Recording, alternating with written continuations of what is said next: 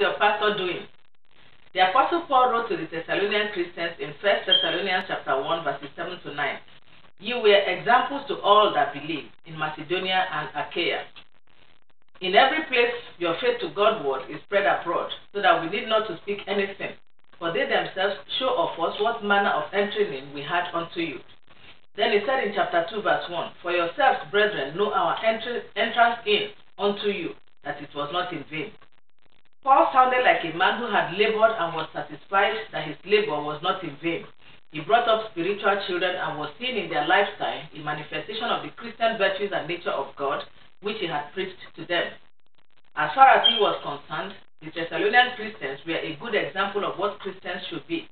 He even said to them in 1 Thessalonians chapter 4, verses 9 and 10, And as touching brotherly love, ye need not that I write unto you, for ye are taught of God to love one another. And indeed, you do it toward all the brethren. Paul was seeing the fruits of the time and energy he had sowed, laboring to have these people transformed to the image of God, who is love. He was also seeing in them evidence that all his teachings and prayers for them in other areas of Christian living were not in vain. This is not to say that they were perfect. There was still room for improvement, which is why he told them in the latter part of verse 10, But we beseech you, brethren, that you increase more and more.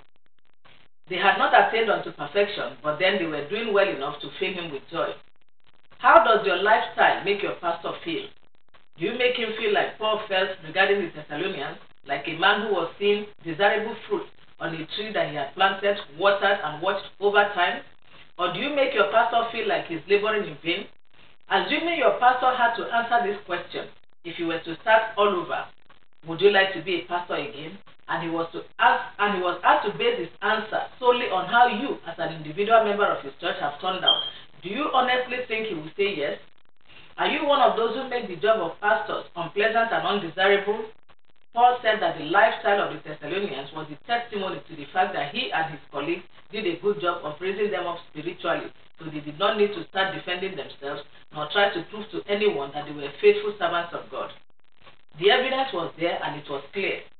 Can your pastor depend on your lifestyle as his testimonial? How would people who do not know your pastor rate his performance based on what they have observed about your conduct? Would they call him a success or a failure? Nobody likes to labor and not see good fruits resulting from his labor, and your pastor is not an exception. Moses was a great servant of God who deeply loved the people of God, and he labored to bring them out of the land of Egypt. He stood before God to receive instructions for them on how they could please God, just like a pastor does. Moses stood in prayer for the people and convinced God to show them mercy whenever he wanted to destroy them. Moses gave them good counsel and judged between them whenever there was a problem. But Moses missed the promised land because of those same people he was leading, because they simply refused to change in spite of all the efforts that he put into showing them the right way, and in spite of all his prayers for them. Their stubbornness pushed him to go contrary to the will of God, which disqualified him from entering the promised land. Do you know that it is possible for a pastor to sin against God and end up in hell just because of some of his church members? If you truly love your pastor, you don't want that to happen to him. You would want to make his job as easy as possible. Remember that your pastor is going to give account to God concerning everyone that God has put in his care. Every pastor wants a testimony like that of the Lord Jesus. I kept them in thy name. Those that thou gavest me I have kept, and none of them is lost. John 17:12. Your pastor wants to be able to see you and every other member of his congregation in heaven. And even here on earth, he wants your Christian life to speak well of his ministry, just like it happened in the case of the Thessalonians and Paul's ministry. Let us not be like Judas, the son of perdition, who was the only one of Jesus' followers that was a bad testimony. Why don't you as an individual begin to imagine that your pastor getting a good grade depends solely on how well you turn out as a Christian, and then begin to live according to the undiluted word of God which you are being taught? If all Christians were to have that at the back of their mind, how sweet Christianity would be. And of course, every pastor's heart will be full of joy and peace.